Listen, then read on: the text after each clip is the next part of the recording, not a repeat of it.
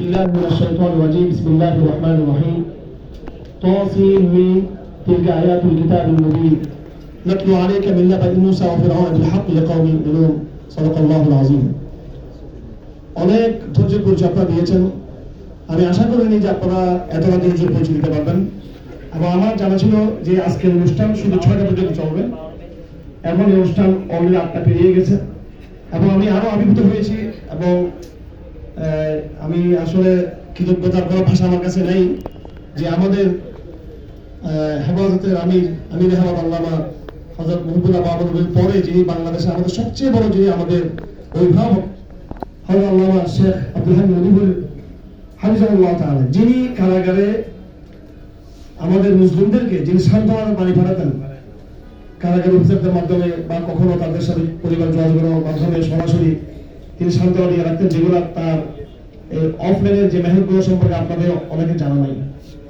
আমরা বিভিন্ন আলেমদের কাছে গেলে কারা মুসলিমদের বিষয়ে অনেক কথা বলতে চান না, অনেকে অনলাইনের অনেক বড় বড় অত্যন্ত জনপ্রিয় ব্যক্তিবর্গ ওনাদের সামনে বলাই যায় না যে মুসলিমদের বিষয়গুলো, কারাগারের বিষয়গুলো, এবং রাজপথের অনেক গর্জন তর্জন জানা দেয় এবং এমনকি যারা ওখানে ওই ময়দান থেকে যারা ফিরে আসছেন, আমি আশ্চর্যান্বিত যে একজন মানুষ কারা নির্যাতিত হওয়ার পরে আরেকজন কারা নির্যাতিতের পক্ষে কেমনে তার ভালোবাসা যে তার দায়িত্ববোধ থাকে না। সেই জায়গায় আল্লামা হযরত মুহিবুল হাফিজাহুল্লাহ তাআলা প্রত্যেকটা বন্দী মুসলিম খবর নিতেন এবং একজন আজকে আলেম দিন হযরত মাওলানা তাহের সাহেব যিনি কারাগার থেকে বের হয়েছেন, তার পরিবারকে হযরত প্রায় 15-16 বছর পর্যন্ত সান্ত্বনা দিয়ে গেছেন। তো তিনি আমাদের শুধু আনুষ্ঠানিক এখানে আসলে আমরা হযরতকে প্রধানমন্ত্রী বানিয়েছি তা না, তিনি বাস্তবেই আমাদের একদম আন্তরিক একজন রাহবর। তো হযরত সুস্থ এত লম্বা সময় দিয়েছেন, তারপর দেখতে পাচ্ছেন এই হযরত এক্সিডেন্ট হয়ে আহত হয়েছেন, সিঙ্গাপুর থেকে আসছেন মাত্র 2-1 সপ্তাহ আগে, সিঙ্গাপুর থেকে আসছেন তিনি 2-3 সপ্তাহ আগে। এই আহত শরীর নিয়ে তিনি এখানে এরকম সময় দিবেন আসলে এটা আমি কল্পনা করতে পারিনি। বাংলাদেশের শীর্ষ বিরুদ্ধ আনন্দের মধ্যে রক্তাক্ত ছবি যদি আপনার খুঁজে পান তাহলে একমাত্র ভাবেন একটা ছবি, সেটা আল্লামা মুহিবুল হাফিজাহুল্লাহ তাআলা। আমি আপনাদের সকলকে আহ্বান করবো যে আপনারা সকলে হযরত আধ্যাত্মিক এই নেতৃত্ব আপনার কবুল থাকবেন ইনশাআল্লাহ আজিজ। এবং আগামী 15 নভেম্বর হযরতের একটা বড় সমাবেশ আছে এই ঢাকাতে খুতবা নবুয়তের, উনি সেটার দায়িত্বশীল। আমরা সবাই দলবলে ইনশাআল্লাহ কবিতা আমরা হযরতের প্রোগ্রামে যোগদান করবো ইনশাআল্লাহ আজিজ। ইনশাআল্লাহ হযরত প্রোগ্রামে আমরা সবাই ভলেন্টিয়ার হিসেবে কাজ করবো ইনশাআল্লাহ। আমরা কত ভলেন্টিয়ার দিবেন? আমরা 2-3 হাজার ভলেন্টিয়ার দিব ইনশাআল্লাহ আজিজ, পাবো ইনশাআল্লাহ হযরতের প্রোগ্রামে ইনশাআল্লাহ আজিজ। হযরত এক ধরনের দিবেন সরকারকে, সরকার অবশ্যই সহযোগিতা কথা শুনতে বাধ্য হবে ইনশাআল্লাহ। আর আসলে সরকারও চাই আমরা যারা তরুণরা কথা বললে ইন্টেলিজেন্স একটু ভয় পাই, গোয়েন্দারা বা সরকার ভয় পায়, মুরব্বীরা ধমক দিলে আবার তারা সেটাকে আবার একই কথা তারা সেটাকে আবার সম্মান করে আবার। তো আমরা তো ধমক দিয়ে অনেক কথা বলি গর্জি, এটা তারা আমাদের গভর্নমেন্টগুলো একটু আতঙ্কে থাকে আমাদেরকে নিয়ে, যদিও এই আতঙ্কে থাকাটাকে বোকামি। তো মুরব্বীরাও কিন্তু আরো শক্ত কথা বলেন, যেমন এখন শরীর মন্ত্রণালয় বলতেন। সেজন্য ভাই আমি একটা কথা বারবার বলি, যারা জেলা শিক্ষিত ভাইরা আছেন আপনাদের মধ্যে থেকে অনেকে আলহামদুলিল্লাহ যারা বাংলাদেশের শীর্ষ দায়ীরা আছেন, আমার প্রান্তীয় ভাইরা, কলিজার ভাইরা, আমি আপনাদের ভালোবাসি। কিন্তু নিজেরা কোনো সিদ্ধান্ত বা দল গঠন বা কিছু করার আগে আলেমদের সংস্পর্শ সম্পৃক্ততা অনেক জরুরি। এটা দুর্ঘটনা ঘটে যাবে, আপনার ঠেলে পাবেন না। আধ্যাত্মিকতা অনেক বড় জিনিস। আধ্যাত্মিকতা থাকলে আল্লাহ পাকের একটা ছায়া থাকে, আল্লাহর একটা সিকিউর একটা ধার থাকে এবং দুনিয়াবি কৌশলগত বিষয়েও একটা আল্লাহ পাকের যেটা নিজাম সেটা আমাদেরকে বুঝতে হবে। এই দেশে এবং এর আগে পৃথিবীতে যতগুলো বিপ্লব ঘটেছে, আমি তো পৃথিবীর অনেকগুলো বিপ্লবের অনেক সাক্ষাৎকার আমি দিয়েছি বিপ্লবীদের। জেরেমি খান ইবনে বায়ুফ আপনার নাম শুনেছেন, আমি সরাসরি তার সাক্ষাৎকার নিয়েছি। এটা কলকাতার বাইরের কথা, একটা দৈনিক ইনকিলাবে 2000 সালে আমি বিদেশ থেকে এসে ওনার সাক্ষাৎকার ছাপিয়েছিলাম করাচি হোটেল মেহরানে, ওনার থেকে সাক্ষাৎকার নিয়েছিলাম। এবং কাতার রাজধানী দোহাতে আমি মিশরের শেখ সফদ নুরুদ্দিন ওনার বিশাল এক ইন্টারভিউ নিয়েছিলাম। ওনারা এখন কেউ দিয়ে দেবেছেন, আরো 20 বছর আগে তারা মারা গেছেন। তো পৃথিবীতে যতগুলি বিপ্লব ঘটেছে, যতগুলি বিপ্লব, আমি তুরস্কের বদিউজ্জামান নুরসিন নাম আপনারা শুনেছেন, ওই পরিবারের এবং তার দলের লোকদের সাথে কথা বলেছি। এবং লিবিয়াতে আমার বাবা নিজে গিয়েছেন এবং আমার ভাই গিয়েছেন লিবিয়াতে। এরপরে তিউনিসিয়া থেকে যারা সফর আসছেন এবং আমাদের আত্মীয়-স্বজন যারা বন্ধু-বান্ধব দেশে বিদেশে আছেন, মালয়েশিয়ার সাথে, ইন্দোনেশিয়ার সাথে আমাদের অনেক যোগাযোগ ছিল এক সময় এবং বর্তমানেও আছে। সারা বিশ্বে যেই জাগরণ ইসলামের এই জাগরণের নেতৃত্ব দুটো বিষয়, একটা হলো জাগরণটা মূলত যত রাজনৈতিক তার চেয়ে বেশি একটা সামাজিক জাগরণ, এবং 2 নম্বরে এই সামাজিক নেতৃত্বের জায়গায় সামাজিক জনগণের জায়গায় নেতৃত্ব দিচ্ছে ওলামায়ে কেরাম, যার কারণে বিপ্লবকে সাস্টেইন করতেছে। এজন্য আজকের যে সমাবেশ, যে মেসেজটা আমরা দিতে যাচ্ছি ওলামা জনতার নাম দিয়ে, সেটা হলো আমাদেরকে আর কেউ পরাজিত করতে পারবে না ইনশাআল্লাহ। আমরা এক হাত থাকলে তো এক হাতে তালি বাজবো, যখন 2 হাত হবে তখন ইনশাআল্লাহ খেলা জমবে দেবো। যারা শিক্ষিত আর ওলামা সমাজ যখন একসাথে হবে তখন কিন্তু আমাদের সফকা বলা হয়, সফকা তাম হয়ে যাবে। এটা আরবিতে যারা হেদায় পড়ছেন আপনারা জানেন যে তফরিক আর সফকা, তাকমির, সফকা তাম হওয়া, সফকা নাকিস হওয়া, সফকা ভেঙে যাওয়া, তফরিক হওয়া। যারা হেদায়, যারা এক্সপার্ট, খুব ভালো মেধাবী যারা ছাত্র আর তারা বুঝবেন। এক হাতে তফরিকে সফকা হতে পারে না, তো সফকা মোকাম্মল হতে পারে না। 2 হাত থাকলে তখন এইভাবে একটা আওয়াজ হয়, তখন এটা পরিপূর্ণ হয় জিনিসটা। তো এটা অনেক গুরুত্বপূর্ণ। আমি আশা করবো আগামী দিনে আমরা একেবারে রাজপথের সবচেয়ে বড় জাগরণটা আমরা আবার দেখাবো ইনশাআল্লাহ, সাথে যেটা হেফাজত তার সাথে দেখিয়েছিল ইনশাআল্লাহ। হেফাজত ইসলামের আমরা শুধু কেন্দ্রে দেখতে আসি তা না, আমি কি যুগ্ম মহাসচিব, এটা আমি ঘোরার দিন বলি, এটা এগুলো এইসব পদ প্রতিভা আমি পাত্তাও দিই না, দামও দিই না। আমি আমার কেন্দ্রকে বলে দিয়েছি যে আমার পদ প্রতিভা দরকার নেই, আমরা মুরব্বীদের আমরা কাজ করতে চাই। বর্তমানে অনেক নেতৃবৃন্দ হেফাজত ইসলামের আছেন, আমি খুব ধন্যবাদ এবং খুব সচেতন কথা বলতেছি। আমার সবিশেষের সময় আমাদের কোনো পথ ছিল না, কিন্তু আমরা পুরো বাংলাদেশকে আমরা ইতিহাস সৃষ্টি করে দিয়েছিলাম। একবারে 5 জন যুবক, আমরা 5 জন যুবক হেফাজতের, এবং ঢাকার তখন উল্লেখযোগ্য কোন এই মুরব্বীরা ছাড়া তরুণদের মধ্যে আমরা তখন কেউ চিন্তাম না, জানতাম না। তখন চট্টগ্রাম থেকে এই বিপ্লবটা হয়েছে, পরবর্তী ঢাকায় এসেছে। কাজ করার জন্য বেশি লাগে না, পদ পদবি দরকার নেই। আমি এবারের জন্য বলতেছি, যদি আমাদের নেতৃবৃন্দ ব্যর্থ হয়, এই জাতিকে নেতৃবৃন্দ বলে তরুণরা যদি ব্যর্থ হয়, আমরা কিন্তু আমাদের মুরব্বীদের নেতৃত্বে, মধুময়ীর নেতৃত্বে, মুরব্বীরা বাবুর নেতৃত্বে আমরা কিন্তু হেফাজত ইসলামের ইতিহাস কিন্তু আবার সৃষ্টি করতে পারবো। সেই সক্ষমতা আমরা রাখি, সে ভরসা আমাদের আছে ইনশাআল্লাহ। কোন দলের উপর যদি কেউ যদি বাইরে থেকে এসে যদি সেখানে এটা কিডন্যাপ করতে চায় এবং সেটাকে ভিন্ন কাজে প্রভাবিত করতে হয়, হেফাজত কি জন্ম হয়েছে গণতন্ত্রের রাজনীতি তদবির করার জন্য নাকি? হেফাজত পেশার গ্রুপ, হেফাজত পেশার গ্রুপ। আপনি রাজনীতি নির্বাচনে গেলে আপনি পরাজিত হতে পারেন, আপনি বিজয়ী হতে পারেন, এটা একটা মানে বিপজ্জনক পথ। জামাত ইসলামী ভাইয়েরা খুব অতি উৎসাহ নিয়ে খালেদা জিয়াকে বাধ্য করেছিলেন 2009 সালে নির্বাচন যাওয়ার, 8 সালে নির্বাচন যাওয়ার জন্য। বেগম জিয়া আমি যতদূর জানি যেতে চান নির্বাচনে, কিন্তু যাওয়ার পরে ফাঁসির মঞ্চে খালেদা জিয়া যায়নি, খালেদা জিয়া যায়নি, ফাঁসির মঞ্চে জামাত ইসলামী নেতারা গেলেন। এই যে নির্বাচনে গেলে যে সমস্যা হবে, কারণ ইহুদিরা মিলিয়ন ডলার ইনভেস্ট করবে নির্বাচনের সময়, কথা ঠিক কিনা? আপনি মনে করছেন এবার বাংলাদেশটা এখন হাসিনা মুক্ত বাংলাদেশ হয়ে আপনাকে সিনেমার জন্য বসে আছে আপনাকে, আর এই জনগণকে কি আমরা তৈরি করতে পেরেছি? আমরা তৈরি করতে পারি। ফজর ক্যাম্পেইন আমরা করি, আমরা সমাজে ক্যাম্পেইন আমরা করি, সেজন্য পথ অনেক লম্বা দীর্ঘ পথ। এতটুকু এনাফ আমাদের জন্য। আমরা ক্ষমতা না গিয়েও আমাদেরকে ছাড়া, এই প্রজন্মকে ছাড়া এই রাষ্ট্র কখন চলতে পারবো না। তাহলে যেটা বলতেছেন যে মৌলবাদী চরমপন্থীদেরকে তিনি কি করবেন না, কষ্ট দিবেন না, তিনি আসলে বড় সুনাম হবে এটা আমরা জানি, ওই জন্য তিনি আসতেছেন না। কারণ বিএনপিতে বলেন, আওয়ামী লীগ বলেন, জমাতে আমাদের আত্মীয় স্বজন সব জায়গায় আমাদের আত্মীয় স্বজন। কারণ আমি আপনাদেরকে বলছি না, আপনারা আমাদের প্রিয় ইসলামপন্থী ভাই, আমি যারা বেঈমান নাস্তিক ইহুদিদের বাচ্চাদের বলতেছেন, আমি কিন্তু ফকিরদের জন্য ভয় আমি, ঠিক আছে? আনার নবী আকাশী আনার আব্দুল মুত্তালিব, আল্লাহ নবীজি বলেছেন। তো কোথায় কি হবে সব আমাদের এগুলো জানা আছে, আমাদের জানা আছে এগুলো। আপনারা খবরদার সাবধান করে দিচ্ছি, মৌলবাদী চরমপন্থী এই সমস্ত বিষয়গুলো আমাদের ভয় লাগাবেন না। আপনি আমার এক বড় নেতা, যিনি কোন সময় আমার আত্মীয় মন্ত্রী ছিলেন, দফায় মন্ত্রী ছিলেন, অনেক প্রভাবশালী, তিনি বলতেছেন যে তারেক জিয়া একটা বিশাল একটা মানে অপ্রতিরোধ একটা জোয়ার তৈরি হয়ে যাবে, ওই জোয়ারে হয়তো ক্ষমতা আসবেন। ঠিক আপনারা যখন ক্ষমতায় যাবেন, ইসলাম স্পষ্ট যখন আপনি বিবাদাসুর আচরণ করবেন, এই জনগণই কিন্তু যারা জুলাই বিপ্লব করেছিল তারা কিন্তু আরেকটা জুলাই বিপ্লব করবে কিন্তু। সুতরাং এখানে ভাবিয়েন না যে বাংলাদেশটা এখন আপনাদের, এখন বাংলাদেশ এককভাবে ইনশাআল্লাহ কেউ যদি মন মতো যদি চালাতে চায়, সেই ইতিহাস বাংলাদেশ কখনো প্রত্যাবর্তন করবেন ইনশাআল্লাহ।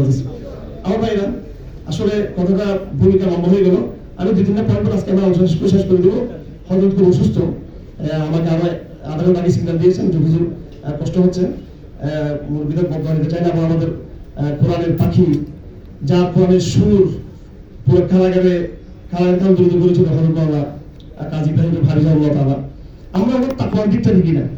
ওরা অফলাইনে যে একটা জীবন আছে ওরা আল্লাহর সাথে তার যে এই জীবনটা আমি কারাগারে দেখেছি, এটা আমরা দেখি না। উনি কোন সময় কি মন্তব্য করছেন করোনার সময়, বা কোন সময় কি আধ্যাত্মিক সময় ব্যাখ্যা দিয়ে, শুধু আমরা ওইটা নিয়ে ট্রল করতে থাকি। কিন্তু তার যেটা বিশাল সাধনা, এই পুরো অডিয়েন্স আমরা সবাই ব্যস্ত। একমাত্র একজন ব্যক্তিকে দেখা গিয়েছে যিনি ব্যস্ততার ভিতরে কোরআন শরীফ পারা দুই পারা পরিবেশ সেখানে বসে বসে। এগুলো আমরা বলি। আমাদের কাছে মিশনের কোনো দাম নেই, আমাদের কাছে তাহাজ্জুদের কোনো দাম নেই। আমি হয়তো বলছি হুজুর আমরা তাহাজ্জুদ তো কারাগারে বেশি পড়তাম, অবশ্যই বেশি পড়তাম, অলরেডি কোরআন শরীফ ভুলে গেছি আমরা। আপনারও কি অবস্থা নাকি? আপনি তাহাজ্জুদ আগে আমি সবাই একটা স্পষ্ট জিজ্ঞেস করলাম। আমি আমার তৌফিক ভাইয়ের সাথে আমি খুব কথা বলতাম, জিজ্ঞেস করে ফেলতাম এইভাবে। আরো যারা শেখ আছেন, যারা একদম বিংশ শতাব্দীর তার ইতিহাস হতে লাগে, ওনাদের সাথে অনেক বেতার লোক কথা বলতে আশেপাশে অবাক হয়ে যেত। আমি ওনাকে জিজ্ঞেস করলাম যে আপনি কি দেখেন আগের মতো এরকম 3-4 ঘন্টা পর নাকি তাহাজ্জুদ, আর কোরআন শরীফ কি আপনার হযরত কাজী ইব্রাহিম সাথে বলে এগুলো তো আমার স্বাভাবিক নিয়মিত ওজিফা, এটা কারা একটা আগে বলে কথা নেই, এখনো চলমান আছে সেটা। সুবহানাল্লাহ, এগুলো একটা দিক। আর এতটুকুই সুবহানাল্লাহ একসাথে বলছে একবার সবাই মক্কার মধ্যে, হুজুর এগুলো কি এত বড় কারণ খিজের আমার কাহিনী এগুলো হজম করা সত্যি বাঙালিদের আসা। আর সব আমাদের জন্য আপনার জন্য আমাদের হুজুর একবার বন্ধুর মতো, আমাদের শিক্ষক মতো লোক। ওনাদের বয়সের ডিস্টেন্স প্রায় 12-14 বছর বয়সের ডিস্টেন্স আমাদের। একেবারে সবাই ওনাকে একজন হয়তো একাকি করলো ওনাকে, মানে ভালোবাসার বিষয় দিয়ে করলো। উনি সেটাকে সাদর গ্রহণ করলেন এবং বললেন যে এগুলো তোমাদের ঠিক আছে, আমারটাও আলাদা, এগুলো আমার একটা ঠিক আছে, তো সমন্বয় করে দিলেন।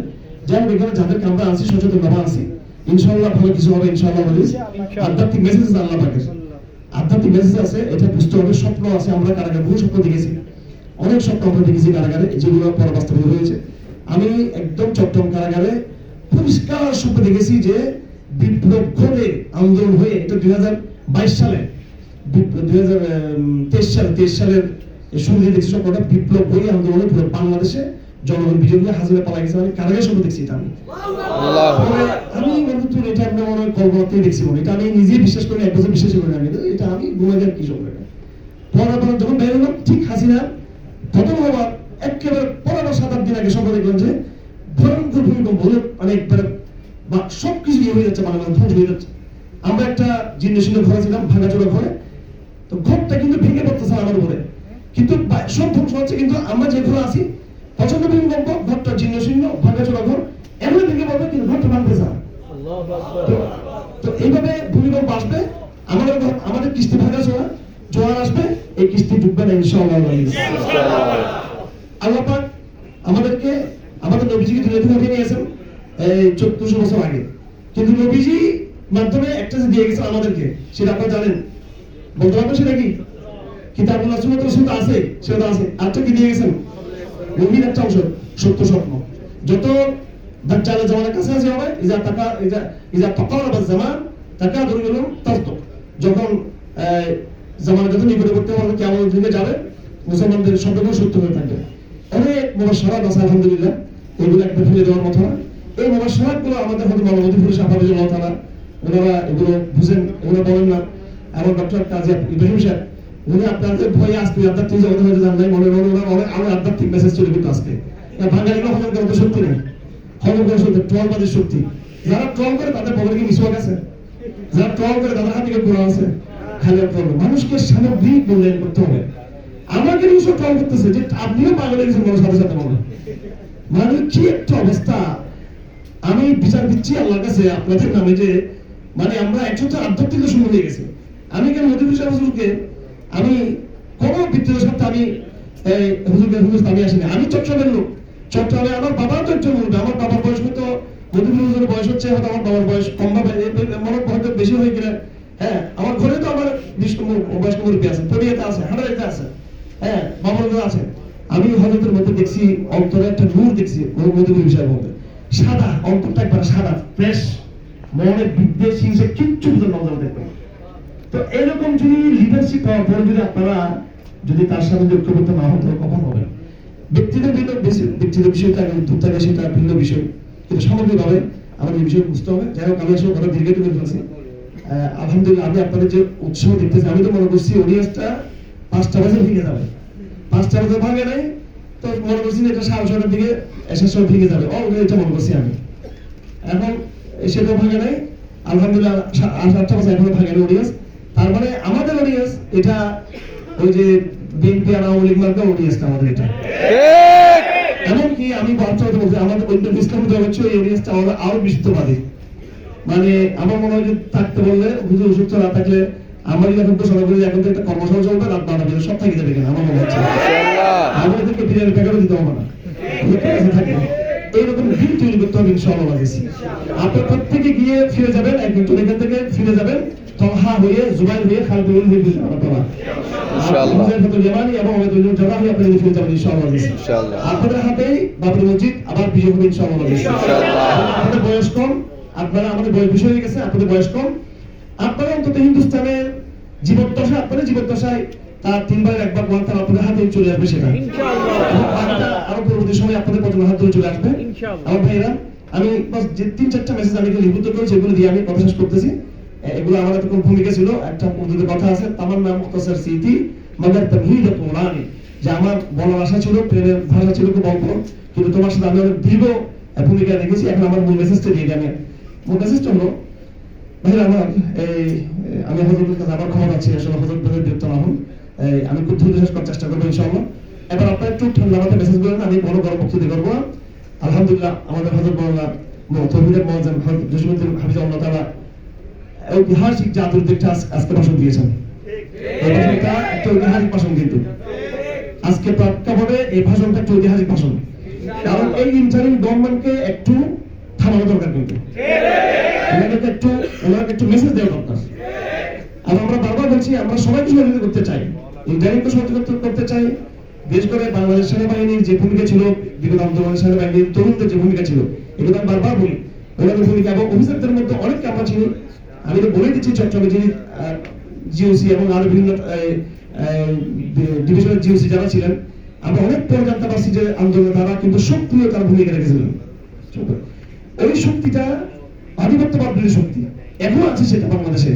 সুতরাং ওলামা, জনতা এবং দেশপ্রেমিক, ইসলাম প্রেমিক, সেনাবাহিনী এবং রাজনীতিবিদদের মধ্যে যারা সত্যিকার, যারা আদর্শবান, এই শক্তি যদি ঐক্যবদ্ধ থাকে ইনশাআল্লাহ আজিজ এই বাংলাদেশকে পরাজিত করার দূরের কথা, বরং বাংলাদেশ হবে দক্ষিণ এশিয়ার পরাশক্তি হবে বাংলাদেশ ইনশাআল্লাহ। তো আমরা কাজ করতে চাই এবং ওই স্কিল এবং ওই ইন্টেলেকচুয়ালিটি এবং ওই মনের এই আবেগ এবং চেতনা আমাদের মধ্যে আছে, আমাদের রাস্তা রাখতে পারবে না, সন্দেহবন্ধ করলে চলবে না। এটা গোয়েন্দা সংস্থা বলে দিচ্ছে, সন্দেহ করবেন না। এখন ওই আগের ইতিহাস একদম পাস্ট ইজ পাস্ট, যা গেছে সেটা আর রিটার্ন নয়। আরেকটা যেন কর্নেল জিয়া, যে কি নাম, মেজর জেনারেল খুনি জল্লাদ জিয়া হাসান তৈরি না হয়, জল্লাদ জিয়া হাসান যেন তৈরি না হয়। আর এই জন্য বাহিনীগুলো নিজেকে সংস্কার করে নেবেন, ইনশাআল্লাহ নতুন বাংলাদেশ পাবেন। তো যাই হোক আমার ভাইয়েরা, আমার আজকের আলোচনার প্রথম পয়েন্টটা হলো এই ঘটনা প্রবাহকে আমরা কিভাবে দেখতেছি জুলাই বিপ্লবকে। দীর্ঘ আলোচনার সুযোগটা যেহেতু এখানে মুরব্বীরা আছেন, মুরব্বীরা না থাকলে আমি আলোচনা একটু দীর্ঘায়িত করে বলতে বুঝে দিই, সেটা আপনারা বুঝে নেওয়ার চেষ্টা করবেন। আমার এই জাতীয় বক্তব্যগুলো ইউটিউবে আছে, ধরে নেবেন।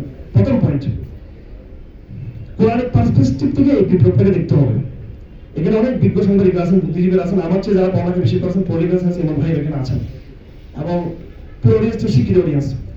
আমি পলিটিক্যাল সায়েন্স পড়তে পড়তে এই যে আমার চোখের চশমা এটা নষ্ট হয়েছে, কিন্তু বহারের 3 দিন পড়তে হতে যত তার চেয়ে বেশি এই পলিটিক্যাল সায়েন্সটা বেশি পড়তে হয়েছে, আমার আরো বেশি পড়তে হয়েছে। হাজার হাজার পৃষ্ঠার ইতিহাস জানতে হয়েছে আমাকে, কিছু মনে করবেন না। এমন না আমরা হাবা গোবা কিছু বুঝি না, খালি এমনি আধ্যাত্মিক তসবির যে বিশেষ ব্যাপার সেটা না।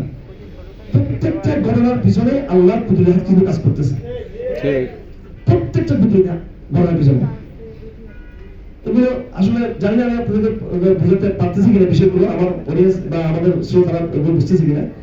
জুলাই বিপ্লবটা হয়েছিল আল্লাহর কুদরতের সিদ্ধান্তের মাধ্যমে।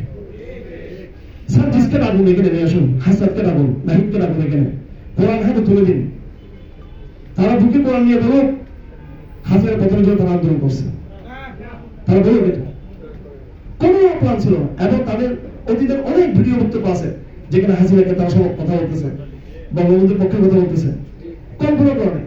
সেনাবাহিনীকে ডাকুন, কল্পনা করছে কিনা, কল্পনা করে নেই, কেউ কল্পনা করে নেই, এটা কেউ কল্পনা করে নেই। কিন্তু এবং আপনারা সবাই জানেন যখন হাসিনা যখন আদালতের মাধ্যমে কোরআন পক্ষে রায় দিয়ে দিল, সবাই আমরা বলছিলাম কিনা যে আন্দোলন শেষ, বলছিলাম কিনা আমরা? এবং আসলে তারপর আন্দোলন চলত কোনো কথাই না। প্রাইভেট বিশ্ববিদ্যালয়ের ছেলেদের অনেক কেস আছে, ওরা কি কোটার প্রদান করে, ওরা তো প্রাইভেট বিশ্ববিদ্যালয় পাবলিক বিশ্ববিদ্যালয় ছাত্র না। সুবিধাবাদীরা বলেছিল, আমি বলিনি। ওরা কেন নামছে আন্দোলনে, ওরা কেন নামবো? তো এগুলো সুবহানাল্লাহ, এগুলো আল্লাহর পক্ষ থেকে। আমি একটা তথ্য আজকে দিতে বাধ্য হচ্ছি, হেফাজতের একজন কেন্দ্রীয় দায়িত্বশীল হিসেবে আমি ইসলাম পন্থী অনেকের সাথে যোগাযোগ করছি। আমি কিন্তু আমার ভাইদেরকে পাইনি, কিন্তু ওরা আজকে এমপি হওয়ার জন্য স্বপ্ন একবার ভালোই তো হয়ে গেছে ওনারা। এখন আমি বলতে চাই না ভাইদেরকে, আমার ছোট ভাই বড় আমার সমাবেশ জানা আছেন, কেউ কিন্তু তারা, কারণ তারা বলছে হার একটা পাগলা, এটা মনে এটা আবেগী, ও সরকার তো ঠিকই যাবে, হাজারে ঠিকই যাবে, হাজারে ঠিকই যাবে, ওটা ফুলের রেসপন্স পায়নি। কিন্তু আল্লাহর এক বন্দাস ক্যান্টনমেন্ট থেকে ফোন দিলে সেনাবাহিনীর মিডল ক্লাসের বলতে আপনার বুঝেন লেফটেন্যান্ট কর্নেল বা মেজর এই টাইপের হয়েছে, সে তার নাম আমাকে বলে না। আমি মনে করছি হাজির আমার কিছু ডিজে লাগিয়েছে মনে আমাদের মনে করার জন্য।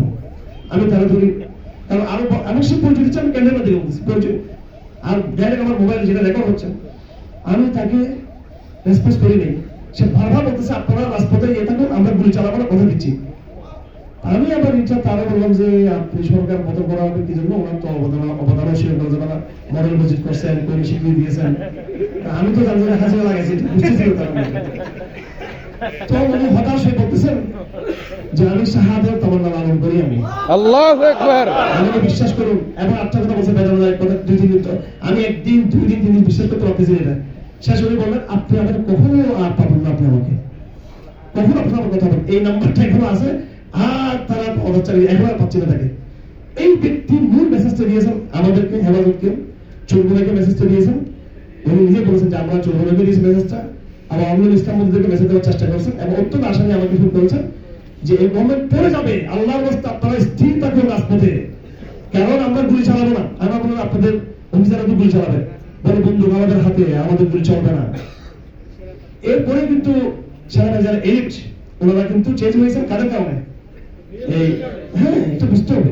আমার ভাইয়েরা, আমি জিজ্ঞেস করতে চাই, কে কে কোন সত্তা যে সেনাবাহিনী 17 বছর ঠিক ছিল বাংলাদেশে, কিছুই করে নাই, বঙ্গা হাজিরের পক্ষে ছিল।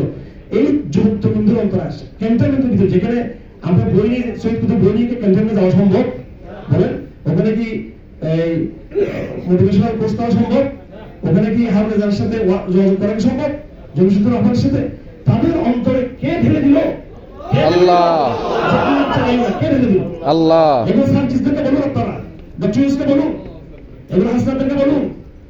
এই সেনাবাহিনীর এই অংশটুকু যদি সেদিন ইউটার্ন না নিত, কোনদিন এই বিপ্লব সফল হওয়ার পর স্বপ্ন দেখা পারত না। এটা আপনি কিভাবে চলতে আমাদের সামনে ঠিকতেন, আমাদের সামনে কিভাবে ঠিকতেন? এটা যদি এগ্রেসিভ থাকতো, এটা আল্লাহ পর্যন্তকে ফিরিয়ে দিয়েছে পারে। অনেক সেনাবাহিনী তো যাচ্ছে নবীর দিকে। যাই হোক, আল্লাহ রাস্তা রাখবেন, আল্লাহ বা ফেরাউনকে ধ্বংস করেছেন। আমি এবার জিততে গিয়েছি, আমি লোহিত সাগরের পাড়া দাঁড়িয়েছি, আমার মেয়ের বাসা হচ্ছে জিদ্দে। আমি আমি আমার মধ্যে আবেগ চলে আসছে, আমি আল্লাহু আকবার। লোহিত সাগরের এই যে উত্তর দিকে, ওইদিকে সিংহের ওইদিকে যেতে, যেখানে সুয়েজ কানালের ওইদিকে গিয়ে ফেরাউনকে আল্লাহ ডুবিয়ে দিল। আর ঠিক আর আল্লাহ রাসূল দিয়েছেন আবু জাহেলকে যে ফেরাউন হাদিল উম্মাহ, আর মুসলমান ফেরাউন বলে ইসরায়েল ফেরাউনকে পানিতে মারলেন। আর এই ইসলামের ফেরাউনকে আল্লাহ পাক মারল কোথায়? বদরের ময়দানে। সেই বদরের ময়দানে দেখতে গেলাম, এবার দেখে আসছি। ওখানে পুলিশ যেতে দেয়, যেখানে আবু জাহেল আছে ওখানে যেতে দেয় না। ওখানে আবু জাহেল যেখানে জাহান্নামের গর্তে এখন আগুনে ফুটতেছে, যেতে দেয় না। তো এই উম্মতের আবু জাহেল ছিল এই আরব, আমাদের নবীজির জমানার সে ফেরাউন, আর ফেরাউন ছিল মুসা জামানার ফেরাউন, আর হাসিনা ছিল বাঙালি মুসলমানের ফেরাউন। তো এই চিত্র বুঝতে হবে। আচ্ছা, তো ফেরাউন তো চলে গেল, এখন কোরআন, এবার আসুন কোরআন পার্সপেক্টিভ থেকে রাজনীতি বুঝতে হবে আমাকে, কোরআনের সাথে মিলিয়ে বুঝতে হবে। কোরআন এবার কি বলা আছে?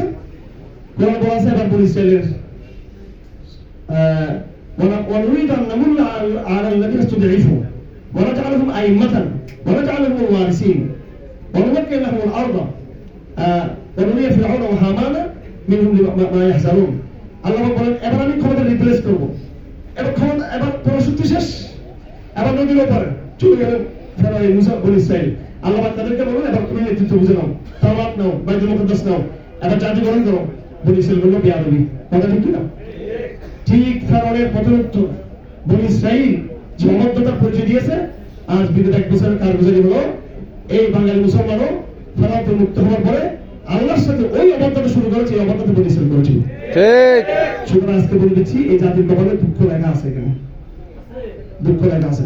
বনি ইসরায়েলের সাথে যে আচরণ হয়েছে, আমাদের সঙ্গে সেই আচরণগুলো হবে আল্লাহর কাছে স্পষ্ট।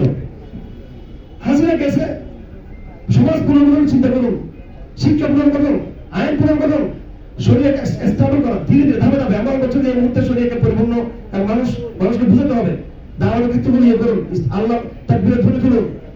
পাগল হয়ে গেছে ক্ষমতার জন্য, পাগল পাগল পাগল পাগল পাগল পাগল পাগল হয়ে গেছে, যার যার মধ্যে পাগল হয়ে গেছে।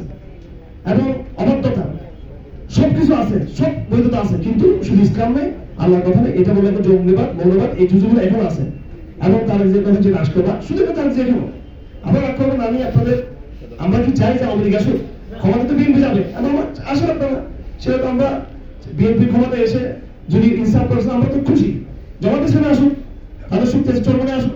কিন্তু বিএনপির সাথে কথা, এরা হচ্ছে বিএনপি হচ্ছে ওদের করে চলে আসে মিডিয়াতে। অনেক ইসলামী দল আছে যারা আমেরিকান স্টেট ডিপার্টমেন্টে গিয়ে বলেছে যে বাংলাদেশে we are only moderate Islamic movement. হ্যাঁ, আমরা ইসলামিক মুভমেন্ট মডারেট, আমাদের ক্ষমতা না গেলে এখানে তৌহিদপন্থী জঙ্গিবাদী এরা কিন্তু পরিচালনা দিবে। ওই ভিডিওটা আপনারা, ওই তো ফিস আপনারা শুনেন নাই, ওগুলো আমি জানি, কারণ আমি আগে বলছি আমার আত্মীয় স্বজন বন্ধু বান্ধব সারা দুনিয়াতে ছড়িয়ে আছে, কিন্তু একেবারে কোথায় কি করেন এগুলো আমরা জানি, খবর আসে আমাদের কাছে। তো এটি হলো মন্যতা আমেরিকান বিসিবি দিয়ে নালিশ দেওয়া মুসলমানদের সম্পর্কে, যে আমরা হলো মডারেট, আমরা করিয়ে অন্যদেরকে আমরা না থাকলে ইয়ে হবে। এবার জাতিসংঘকে বলা, এবং বলা এই কথা আপনারা, যা আমি আত্মসমালোচনা করতে চাই, আপনারাও আমাদের যাদের ব্যাপারে তারাও আমাদের ভাই, যে দে আর কনভিন্সড, অহংকার করে বলা। আমরা ইউক্রেনকে বুঝিয়ে ফেলেছি, আমরা রাশিয়াকে বুঝিয়েছি, আমরা আমেরিকা ইজ কনভিন্সড। এগুলো কি? আমার প্রশ্ন হলো, মাই কোয়েশ্চন ইজ আল্লাহ কনভিন্সড? হ্যাঁ, ইজ আল্লাহ কনভিন্সড? তুমি আল্লাহকে কনভিন্স করতে পেরেছো? তুমি কখনো না। বড় আল্লাহ ভয়ঙ্কর চোখে তোমাদের তাকিয়ে আছে। এগুলো আর আমাদেরকে যারা বলবে হাওয়া বোমা ব্যাকরণ, আসলে অবশ্যই ব্যাকরণ, কারণ আমরা দেখতেছি আমাদের একটা শক্তি আছে, ওইটাকে পাত্তা দিচ্ছি না। কিন্তু আমরা এই অর্থে ব্যাকরণ, যে নিকটবর্তী শত্রুকে আমরা পাত্তা দিচ্ছি না, এই জন্য আমরা ব্যাকরণ। কিন্তু নিকটবর্তী শত্রু আমরা আত্মশক্তি জোরে কিন্তু আমরা দেখি, কিন্তু এই জন্য আমরা ব্যাকরণ, আমরা মহান জ্ঞানী আলহামদুলিল্লাহ, যেটা আমরা কোরআন লালন করি। এই জন্য এখানে যশোর দেওয়ানে কোরআন লালন করেন, ডক্টর কাজী ইব্রাহিম কোরআন লালন করেন, শেখ মুজিবুর আমাদের আমির আছেন আমাদের, আলহামদুলিল্লাহ কোরআন লালন করেন। এই জন্য আমরা ভয় পাই না। ওয়াল্লাহি সুম্মা ওয়াল্লাহি, ওয়াল্লাহি সুম্মা ওয়াল্লাহি, ওয়াল্লাহি সুম্মা ওয়াল্লাহি। আমরা বুঝি আমেরিকার শক্তি আছে, ভারতের আছে, কিন্তু আমরা বুঝি যে আল্লাহরও কিন্তু একটা শক্তি আলটিমেটলি কিন্তু শেষ, কিন্তু কাজ ঘটা দিবে, কিন্তু সেটা কিন্তু এই আস্থা সবাই রাখবেন আল্লাহর উপরে, সবাই রাখবেন আল্লাহর উপরে। হাসিনার প্রথম কল্পনা করেন নাই, আগামীতে মানুষ ইতিহাসে পরিবর্তন আপনার কল্পনা করবেন, যেগুলো আল্লাহ পক্ষে হবে এগুলো।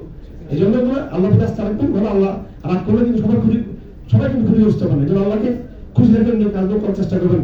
আমি এগুলো বুঝে এসে বলতেছি। তো এই হলো জুলাই বিপ্লব সম্পর্কে আমাদের মূল্যায়ন। আচ্ছা না, এটা এক নম্বর। তাহলে ফেরাউনের পতন হয়েছে, বনি ইসরায়েল কি হয়েছে? উত্তর বাংলাদেশে। আমাদেরকে কি করতে হবে? বনি ইসরায়েল চরিত্র ছাড়তে হবে, আমাদেরকে এই সত্যিকার আল্লাহর আলোকে থেকে প্রত্যাবর্তন করতে হবে। নম্বর 2, আমি খুব চেষ্টা করছি দ্রুত শেষ করার জন্য। আমি খুব আসলে নার্ভাস ফিল করতেছি যে হজরত অসুস্থ এবং আমাদের কাজী সাহেব চলে যাবেন, আমি দ্রুত শেষ করার চেষ্টা করব। 2 নম্বর পয়েন্ট হলো, আমি আমেরিকা আমলে আমার ফেসবুক আইডি গুলো নষ্ট হয়ে গেছে, ওখানে আমি বারবার লিখেছি 2016 সালে আমি কারাগার থেকে বের হই। আলহামদুলিল্লাহ একটা আধ্যাত্মিক একটা জায়গা ছিল, কারণ 3 বছর পর বের হয়েছি। আমি তখন অবস্থা থেকে একটা বসে করছিলাম 16, 17, 18, 19, 20 সাল আমি বাইরে ছিলাম। 21 সালে আমি কারাগারে ঢুকছি, আবার পুনরায় 2 নম্বর দ্বিতীয়বার। ওই সময় এমন কিছু ঘটনা ঘটতেছে বাংলাদেশে, যেগুলো এখন ব্যাখ্যা দেওয়া সম্ভব না। হাসিনা একবার ভারতের দিকে, একবার চীনের দিকে, একবার ব্যালেন্স করতে চাই, আবার হাসিনা কখনো ভুলে যাবে এই অবস্থা, আবার ভারত কখনো খেপে, নানান ডাইমেনশন হচ্ছিল বাংলাদেশে। তো ওই সময় ডক্টর কামাল শেখকে সামনে নিয়ে আসা হয়, এবং খুব ভালো একটু ঠান্ডা ভাবে এগুলো পলিটিক্যাল আমার বুঝার দরকার। তখন একটা আমার স্পষ্ট হয়ে গেছে যে বাংলাদেশে এই ভারতীয় মদতপুষ্ট সেকুলাররা গিয়ে মার্কিন মদতপুষ্ট সেকুলাররা আসবে। এখন আমার অসংখ্য ফেসবুক আমি লিখেছি, আজ থেকে এগুলো 7-8 বছর আগে, 2018 সালে লিখেছি, আমি 19 সালে লিখেছি, 20 সালে, 21 সালে আমি লিখেছি এগুলো, 17 সালে লিখেছি, লাগাতার 4 বছর আমি লিখেছি এগুলো, যে রিপ্লেস হবে এখানে, ভারতীয় সেকুলারিজম চলে যাবে, মার্কিন সেকুলারিজম আসবে। এই কথা আমি লিখেছি 5-7-8 বছর আগে। আমার ভাইরা, ভারতীয় আধিপত্য এখান থেকে মোটামুটি এক প্রকার বিদায় নিয়ে ঠিক এই বর্তমানে এনজিও গভর্নমেন্টের মাধ্যমে এই পশ্চিমা আদর্শ পশ্চিমা আধিপত্য বিস্তার করতেছি, আপনারা বলেন করতেছি কিনা? আপনি করিডোর প্রশ্ন বলেন, আপনি জাতিসংঘ মিশন বলেন, এলজিবিটি বলেন, এই যে নানা তামাশাগুলো, এনজিও তৎপরতা বলেন, যে পরিস্থিতি আমরা বলছিলাম যে হাসিনা চলে যাবে, আমার অসংখ্য বক্তব্য আছে, হাসিনা চলে যাবে, প্রধানমন্ত্রী থেকে যাবে, এটা বলতে হবে কিন্তু হাসিনা চলে যাবে দিনেশটা থেকে যাবে, আমার একবার একটু দশ বক্তব্য আছে এটা, তো দিনেশটা আছে না নাই? আছে। এনজিও আছে কিনা? ব্রাক আছে কিনা? আছে। ব্রাক তো হাসিনা বলে একটু চালু ছিল, এখন ব্রাক আরো স্বাধীন হবে। সুতরাং এক সেকুলারিজম থেকে আরেক সেকুলারিজম আমরা পড়ে গেছি আমরা। এই জন্য আমি ডক্টর ইউসুফ থেকে লড়াই করবো, কিন্তু আমি তাদেরকে জাস্ট সতর্ক করতে চাই। এক্ষেত্রে বাংলাদেশ সেনাবাহিনীকে আমরা পরামর্শ দিতে চাই যে আপনারা আল্লাহর রাস্তায় 16 বছর হাসিনার গুম ভিন্ন ঘটনা ভিন্ন বিষয়গুলো আপনাদের সাথে অনেক সময় আপনারা না আপনাদের একটা অংশ এক মেজর জেনারেল জিয়া হাসানের কারণে কত বদনাম হলো, একটা পুরো বাহিনী বদনাম হয়ে গেল। এখন ইতিহাস সবচেয়ে সুবর্ণ সুযোগ আসছে সবার জন্য, সেনাবাহিনীর জন্য, রাজনীতিবিদদের জন্য, এই সমস্ত বিষয়গুলোকে বোঝার চেষ্টা করো। সুতরাং আমরা বাঘের খপ্পর থেকে বের হয়ে আমরা আবার কোনো খপ্পর করতে চাই না। আমরা এই যে আপনি যদি জিওগ্রাফির চ্যানেলে দেখানো হয় যে একটা মানুষ যে সে গাছে উঠছে, তো এখন গাছের নিচে গাছটা একদম গাছের ছেলেটা একদম নদীর পার পর্যন্ত, ওখানে সে ওকে আছে, নদীতে কুমির আর গাছের পাড়ে কি বাঘ বসে আছে। এখন সে যদি আবার গাছে সাপ আছে, গাছে থাকলে সাপে খাবে, পানিতে নাম দিলে কুমিরে খাবে, গাছ বেয়ে যদি নেমে যায় তাকে সিংহ বা বাঘে খাবে। এখন হয়ে গেছে আমাদের এই অবস্থা বাংলাদেশে, এদিকে ভারত এদিকে আমেরিকার কথা খুব বুঝাতে চান আপনাদের। সুতরাং এই যে এক সেকুলারিজম গিয়ে আমাকে সাংবাদিক ফোন করছেন, আজকে ফোন করছেন যে আপনি কেমন বাংলাদেশ চান? আমরা কেমন বাংলাদেশ চাই? এই দেশের গণ সেন্টিমেন্ট যে ইসলামের আকাঙ্ক্ষা, ওই ইসলামের আকাঙ্ক্ষা বাংলাদেশ চাই আমি, এটা আমার কোনো এটা এই দেশের মানুষের আকাঙ্ক্ষা সেটা। তা আমি কি চাই সেটা বড় ব্যাপার না। তুমি আমার প্রশ্ন করলেন যে আপনি সফট সেকুলার নরম আবতার মার্কা নরম সেকুলার বাংলাদেশ এটা চান কিনা, আপনি আমাকে বলতেছে মানে কথার মানতে। তো তারা বললাম যে কি সেকুলারিজমের বিকল্প কি সেকুলারিজম? ভারতের বিকল্প কি আমেরিকা? বলেন ভারতের আধিপত্যকে আমরা বিরোধিতা করি, তার মানে কি আমরা জাতিসংঘকে এস্টাবলিশ করে নতুন একটা ইয়ে হবে? তো এগুলো বিষয়গুলো এখানে আছে, এগুলো আমরা আগে বসে করেছি। এখন আমরা সরকারকে প্রস্তাব দিতে চাই যে যেভাবে ভারতের আধিপত্যের মোকাবেলা এদেশে জন্ম করেছে এবং ভারত পরাজিত হয়েছে, আলহামদুলিল্লাহ আল্লাহু আকবার, ভারত পরাজিত হয়েছে। আমরা প্রতিষ্ঠাতে আমাদের নিজস্ব সক্রিয় মূল্যবোধ নিয়ে নিজস্ব এজেন্ডা পলিসি আমরা নির্ধারণ করবো, নিজস্ব foreign policy, academic policy, education policy, economic policy আমরা নিব, ডিপ্লোম্যাটিক পলিসি আমরা নিব, নিয়ে আমরা আমাদের অর্থকে মজবুত করবো, দেশকে মোটিভেশন করবো, ইসলামকে আমরা মধ্যমে বানাবো এবং আমরা স্মার্টলি আমরা বিদেশ আমরা হ্যান্ডেলিং করবো। তারপরে ইনশাআল্লাহ এইভাবে চ্যালেঞ্জগুলো ফাংশন করা যাবে। তো কথা এটাই যে এক চক্রান্ত থেকে আরেক চক্রান্ত পড়ে যাচ্ছে কিনা, এক আধিপত্য থেকে আরেক আধিপত্য আমরা চলে গেছি, অলরেডি যাচ্ছি, এই বিষয়গুলো 2 নম্বর আমার পয়েন্ট। 3 নম্বর হলো বাংলাদেশে তিনমুখী জিওপলিটিক্যাল একটা ক্রাইসিস তৈরি হয়েছে। এগুলো জুলাই পরবর্তী এই চ্যালেঞ্জগুলো আর কি। একদিকে চীন তার স্বার্থ রক্ষা করতে চায় বাংলাদেশকে নিয়ে, আরেকদিকে ভারত তার আবার নতুন করে সে বাংলাদেশ তার আধিপত্য বিস্তার করতে চায়, আমেরিকা, মোটামুটি এই 3টে দেশ তার স্বার্থ নিয়ে কাজ করতেছে। এবং আগামী দিনে বাংলাদেশে কারোর মধ্যে আসবে ভাই, এটা আপনারা জনগণ কি চায় না সেটা কিছু আসা যায় না। এখন বেজিং কি বলে, দিল্লি কি বলে, ওয়াশিংটন কি বলে, আমাদের ক্যাপলা তো মক্কাতে, কিন্তু এখানে বাংলাদেশে আমরা প্রোভিন্স করে কারো ক্যাপলা বেজিং, কারো ক্যাপলা দিল্লি, কারো ক্যাপলা হচ্ছে কি ওয়াশিংটন। হ্যাঁ, 7 নম্বর ক্যাপলা হচ্ছে মক্কা। তাহলে এগুলো যাই হোক ওমরা করার জন্য এগুলো আলো পাত্তা দেয় না, এগুলো যাই হোক। আমি আবার রমজানে গেলাম, ওমরাতে হজে গেলাম, একটা ছাত্র থেকে দেখলাম তখন ওমরা হজ করতে যেতে পারলাম, একটা করে দেখলাম। দেখেন কি বলে তোরা কি আশ্চর্য না, আমরা কি বলতে একটা লোক গেল না। এই হজের মৌসুমে এটা প্রথম হজ ছিল সম্ভবত, এটা প্রথম হাজিরা বদল করে এটা প্রথম হজ ছিল, এটা প্রথম নিয়েছিল হজ ছিল এটা। এই হজ আল্লাহ এমন বড় কষ্ট পেয়েছি, দরকার ছিল পুরো ইন্টারিম গভর্নমেন্টের সমস্ত এই মেম্বাররা উপদেষ্টারা হজ দেওয়ার দরকার ছিল। এবার আমি আমার কাছে আজকে মাহফিল দেখে ডক্টর ইউসুফ নেতৃত্বে এরাম পরে আমি এরাম বেশি নিজের জন্য করতে পারি, এরাম পরে সবাই যখন তওবা করছে, সবাই যখন যেতে যায় কাবা শরীফে গিয়ে মক্কা গিয়ে সালাম দেখো, তওয়াফ করো, কাবা রাসূলের দরবারে গিয়ে সালাম করে বিয়াদুল মাফ চাই এসে জান করতে দিতে একবছর। কি বলবো আপনারা? ঠিক। তো এই যাই হোক, এখন কাবা হয়ে গেছে কোথায়, মক্কা মদিনা বাদ দিয়ে কাবা হয়ে গেছে। এখন ত্রিমুখী কাবা, বেজিং, ওয়াশিংটন এবং দিল্লি, এই ত্রিমুখী যে কূটনীতি যে জটিলতা তৈরি হয়েছে, এখানে আমাদের প্রস্তাব হলো আমরা সব প্রস্তাব তৈরি, আমরা কিন্তু দেখেন আমরা এখানে ফাংশন জন্য দাঁড়াইনি, ফাংশন জন্য আসছে নাকি আমরা এখানে হ্যাঁ আমরা না ধমক দিচ্ছি বিপ্লব আমার প্রবেশন হচ্ছে তারা কেউ বাড়াবাড়ি করে এটা স্বাভাবিক তখন একটা রিয়েকশন জনগণ করতে পারে আমরা আসলে প্রস্তাব যন্ত্র দাঁড়িয়েছি এখানে আপনার স্মার্ট ফাংশন করেন এই দেশের মধ্যে কারা বেশি গুলি করতেছে এখন দিল্লি চলে গেছে কিনা কি আমরা ওয়াশিংটন তার সাথে আমরা নিয়ে নেবো বা আমরা বেজিংয়ের সাথে আপনি ফাংশন করেন স্মার্ট ফাংশন নিজে সকিয়ে ধরে রাখেন এবং আমি বারবার প্রস্তাব যতবার আমাদের সাথে প্রতিষ্ঠানের সাথে বৈঠক কথা হয় আমরা বলার চেষ্টা করি যে আপনারা কম ক্ষতিকারক রাষ্ট্র যেগুলো আছে সেগুলোকে আপনারা ফাংশন করেন আমেরিকা যেতে হবে কেন ইউরোপে তো আরো শক্তিশালী রাষ্ট্র আছে যারা একদম সমৃদ্ধ রাষ্ট্র আছে তাদের সাথে আপনারা যোগাযোগ বাড়ান আপনারা এই যে চাইনার সাথে অর্থনৈতিক শক্তি করতে পারেন ভারতের সাথে ভারতকে বলে দেন যে আর বাড়াবাড়ি করিস না তোর সাথে ব্যবসায়ী তারা ভারত দেখেন ভারত আমাকে ভারত কত কষ্ট দিল ভারত কেন আমি তালেবানের বাচ্চা আমি হলাম তালেবানের পরাগ আমি হলাম তালেবান সমর্থক আমি ছোট তালেবান আর দ্বীপ তালেবান আমার দাদা নাকি তালেবান ওদের সাথে আমাকে পায়ে তার মারতেছে গিয়ে আর আমার মারতেছে সত্য সমাধি আমার করতেছে নির্যাতন জীবনের মধ্যে হইলো এটা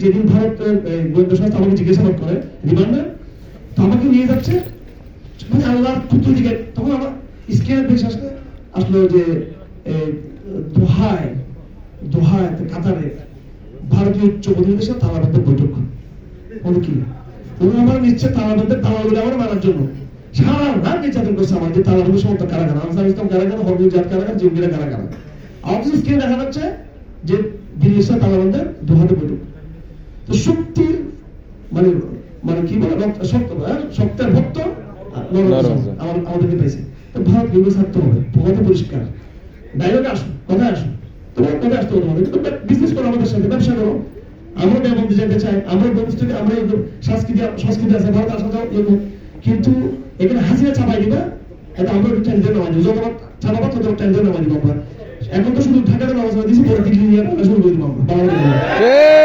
বাড়াবাড়ি করিব এখানে কি করবো হিন্দের প্রস্তুতি নিচ্ছে আমাদের ঘাটি ক্যাম্পাসে আমাদের কি একবারে আমরা জিহাদ করে ভাব কি হয়ে গেছে তোমরা বলো আমাদের মেয়েদেরকে আমাদের ছেলেদেরকে আমার তরুণদেরকে আমার মজবুত ধ্বংস করতেছো আমার মধ্যে কোনো মজবুত ধ্বংস করছে তো এইগুলো হচ্ছে জিও পলিটিক্যাল যে ক্রাইসিস তৈরি হয়েছে ত্রিমুখী এই বিষয়ে আমি রাষ্ট্রকে বলবো স্মার্টলি ফাংশন করুন কূটনৈতিক মূলকে বাড়ান নিবেদন তৈরি করুন পুরুষত্বহীন এইভাবে এগুলো রাষ্ট্র হতে পারে না এটা ব্যালেন্স করুন আপনারা এবং মুসলিম বিশ্বের সাথে আপনারা সম্পর্ক উন্নয়ন করুন মানুষের সাথে তুরস্কের সাথে এবং বিভিন্ন আরব কান্ট্রির সাথে ইন্টারক্রিয়েশন আমি একটা প্রস্তাব দিতে চাই সেটা হলো এই রাষ্ট্র উন্নয়নের জন্য আমরা অংশীদার হতে চাই আমি অন্তত যদি সরকার যদি চাই এই সরকার বা পরবর্তী সরকার তাহলে আমরা এই সমাজে আগামী প্রশিক্ষণপ্রাপ্ত কর্মী জগতের আমরা হাজার খানেক আমরা কর্মী দিব স্মার্ট কর্মী যারা মিডল ইস্টে দূতাবাসগুলোতে যারা চাকরি করবে এবং তারা স্মার্ট আমরা তাদেরকে প্রশিক্ষণ দিব তারা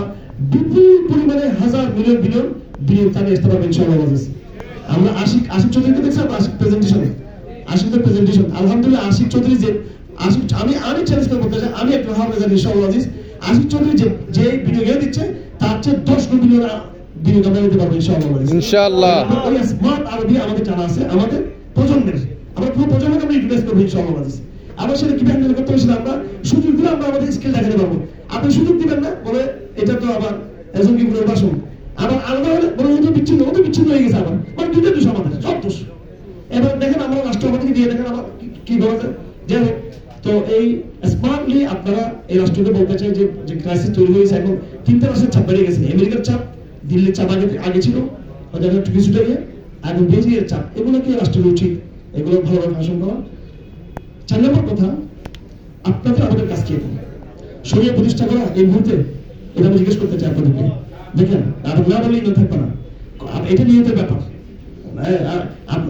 এটা যদি ফখর হিসাবে মতো হয়ে যায় তখন আবার সমস্যা এটা দেখেন এখানে একটা আমরা একটা প্র্যাকটিক্যাল হয়ে যাচ্ছে এখানে একটু এখানে আমরা কতটুকু চাই আমরা এতটুকু চাই একটা স্পেস তৈরি হয়েছে এটা আপনাদেরকে বলতেছি আমি এটা এই কথা রাষ্ট্র জন্য এটা আপনাদের জন্য আমি পুরো বাংলাদেশে আমার দাউদি ভাইদের কাছে মেসেজ দিতে চাই একটা স্পেস তৈরি হয়ে হচ্ছে এখানে আগে তো মোবাইল নিয়ে গেলে ট্র্যাক করে কোন দিকে ধরে কোন দিকে খুন করে এটার কোনো গিনে ছিল এখন একটা শান্তি বা কিছুটা তুলে কয়েকদিন থেকে জানি না সেটা কারণ বিদেশি চক্রান্তের হাতে আমরা বারবার তো আমরা দেশকে বিক্রি করে দিই।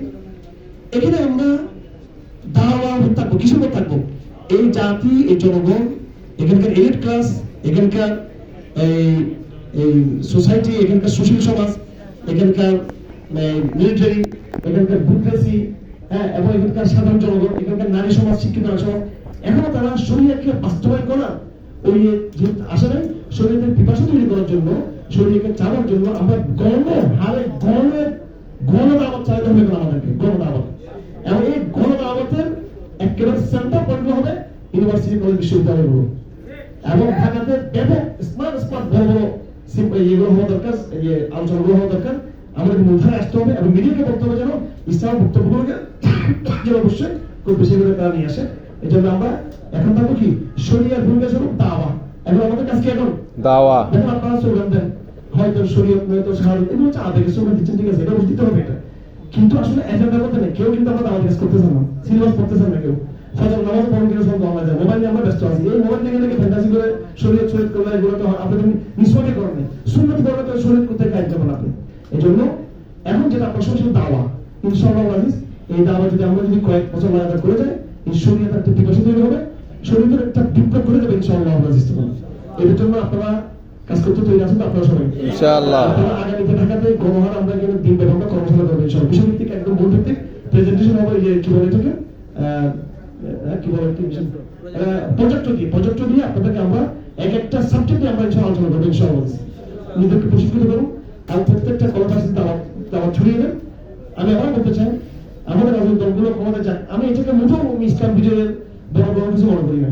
কেউ যদি নির্বাচনে গিয়ে যেতে চায়, বিরোধী দল বা সরকার ইসলামী দলগুলো 10টা 20টা 50টা সিট পাবে, এটা তারা যদি পার একটা দাওয়া মনে করে তাও একটা কথা, কিন্তু সেটা আমরা মনে করতেছে আমাদের পলিটিক্যালি অনেক কিছু হাসিল করি, আসলে কিছু হবে না এখানে।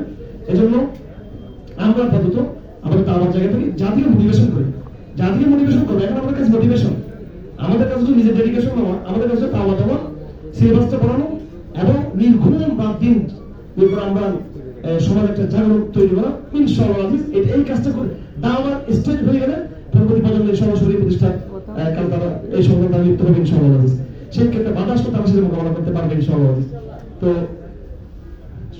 5 নম্বর পয়েন্ট হলো, দেশটি আমরা যত ভাবি না কেন গ্লোবাল চক্রান্ত আমাদের বুঝতে হবে।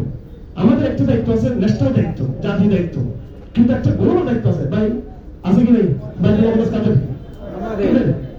বাইতুল মুকাদ্দাস কাদের? মসজিদ কাদের? আমেরিকাতে যারা মুসলমানরা কাদের? আমাদের। তো গ্লোবাল দায়িত্ব আছে কি না আমাদের? সারা এই যে এবং যে বাইতুল মুকাদ্দাসের যে সংকট, এই সংকটের মোকাবেলা এটা গ্লোবাল এজেন্ডা।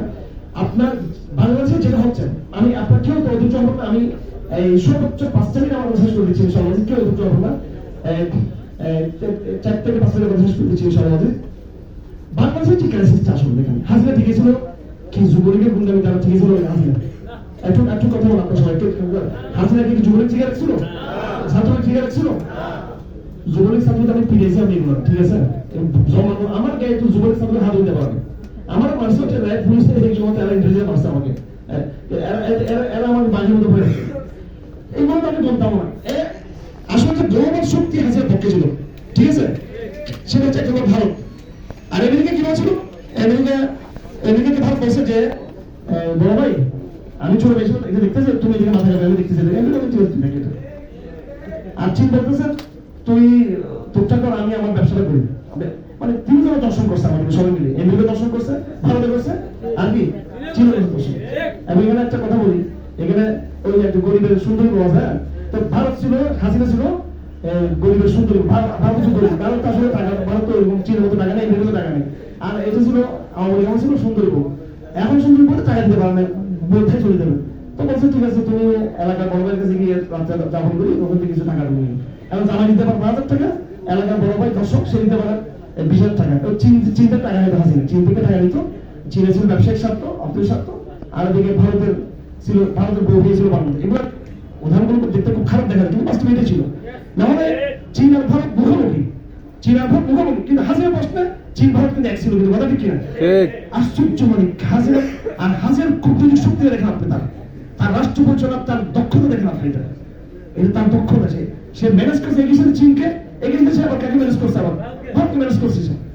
তো এই দক্ষতা তার জিয়ার, আমি জানি না হাসিনা কিন্তু হাসিনার দিকে 100 নম্বর হাসিনার দিকে, হ্যাঁ, আর ফেরোজির মধ্যে 100 নম্বর, দক্ষতার মধ্যে আর 100 নম্বর, সে ম্যানেজ করে চলছে এইভাবে। কিন্তু এইভাবে ফাইজদামি করে বিজলি ঠিক আয় না, বেশি না, চালাকি করে হাদিসে আছে 10 দিন করতে করতে একটা বিষয় ধরা পড়ে যাওয়া, এইটা হয়েছে। যাই হোক, আমরা যেটা বলতে চাচ্ছি যতগুলো সম্ভব হাসিনা যে আগে ছিল, হাসিনা যে ফেরোরিজম, এটার পিছনে বিদেশি শক্তি ছিল, কিছু এটার পিছনে বিদেশি শক্তি। এখন যারা আছে তাদের পিছনে কিন্তু আরেক বিদেশি শক্তি। সুতরাং বাংলাদেশের আভ্যন্তরীণ রাজনীতি বুঝতে হলে আপনাকে বিদেশের রাজনীতি আপনাকে বুঝতে হবে, ওয়াশিংটন বুঝতে হবে, দিল্লি এবং বেজিং আপনাকে বুঝতে হবে। এবার আমাদের এই রাষ্ট্রপরিষদ ফাংশনটা কি হবে, এই ন্যারেটিভ আমাদের তৈরি করতে হবে। তাদের সাথে আমাদের জবাবটা গ্যারিয়ে বাড়াতে হবে আমাদেরকে সরাসরি, যে আমরা ওয়াশিংটনের সরাসরি কথা বলতে চাই, চীনকে আমরা কিছু কথা বলতে চাই, ভারতকে আমরা কিছু কথা বলতে চাই আমরা। এবং আপনাদেরকে আমি স্পষ্ট বলে দিচ্ছি, আপনারা যেভাবে নেন না কেন, এই গ্লোবাল অবস্থানে দিয়ে তারা আমাদেরকে আন্তর্জাতিকভাবে সন্ত্রাসবাদ বানিয়ে, জঙ্গি বানিয়ে মুসলমান নির্মূল করতেছে। গ্লোবাল জাহাজের প্রস্তুতির মাধ্যমে কিন্তু এদের চক্র নস্বাত করতে হবে। কিন্তু আপনি যতই বাংলাদেশের পলিটিক্সের কথা বলেন না কেন ভাই, তারা কি ইসরায়েলে হামলা করা বন্ধ করতেছে? তারা তো তাদের বোমা তাদের ধর্মের জিহাদ তারা বন্ধ করতেছে। আর আমরা বলতেছি না জিহাদ করা যাবে তাদের বিরুদ্ধে, ইসরায়েলের বিরুদ্ধে মোকাবেলার জন্য ফিলিস্তিনের মুক্ত করতে অবশ্যই জিহাদের কোনো বিকল্প আছে নাকি কোনো? না। এবং পুরো অঞ্চলের মুসলিম বিশ্বের ভূখণ্ড ফিরে পাওয়ার জন্য এই যে জিহাদের কোনো বিকল্প আছে এটা? তারা যদি তাদের সেই গ্লোবাল পলিটিক্স যদি তারা করে থাকে, লিবারেল ডেমোক্রেসি পলিটিক্স, এবং সেটা অস্ত্র বলে, কিসের বলে সেটা? অস্ত্র বলে। আপনাদের গ্লোবাল যে আন্তর্জাতিক যে ইসলামের জাগরণ চলতেছে, ওই জাগরণকে আপনাকে সমর্থন করতে হবে। ইসলামের ভূখণ্ড কিন্তু বাড়তেছে, কিন্তু আফ্রিকাতে, ইয়েমেনে, লিবিয়াতে, খোরাসানে ইসলামের ভূখণ্ড বাড়তেছে কিনা? আমার কথা বুঝতেছেন আপনারা? এই বিজয়টা আপনার কিনা? আফগানিস্তান তালেবানের বিজয় হয়েছে, এই বিজয়টা আপনার কিনা? হামাস ঠিকই আছে, এই টিকে থাকে না, আপনার টিকে থাকে কিনা? সোমালিয়াতে ভাইয়েরা মুজাহিদে বিজয় হচ্ছে, এই বিজয় আপনার কিনা? জানি না, আপনি বলেন। মুসলিম ভূখণ্ডে যারা মুসলমানরা বিজয় হচ্ছে, এই বিজয়টা আমার। আর যেখানে মেরে খাচ্ছে, এই ম্যাচটা আমি খাচ্ছি।